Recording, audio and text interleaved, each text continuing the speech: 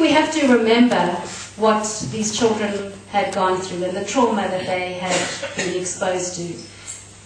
For most of them, both parents had been killed, either in the war, by the Cossacks, by the Spanish flu epidemic, by the First World War, famine, poverty, cold.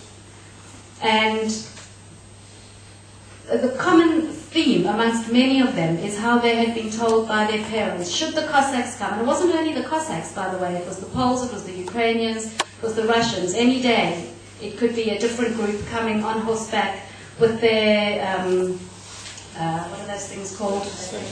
Sailors.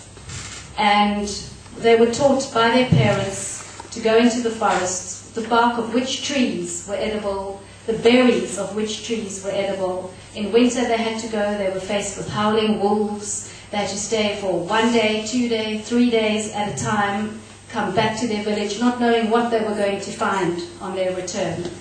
And the fact that they grew up as stable as they did and had children and were active members of the community is a testimony to their determination and to the strength of character which perhaps those years had forged in them. I'm not sure.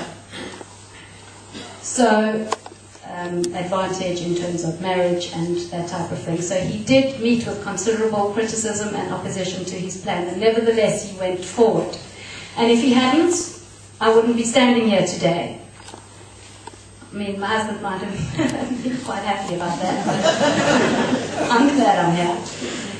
And I think I have with me some passports, all the passports in fact, and afterwards if any of you would like to have a look,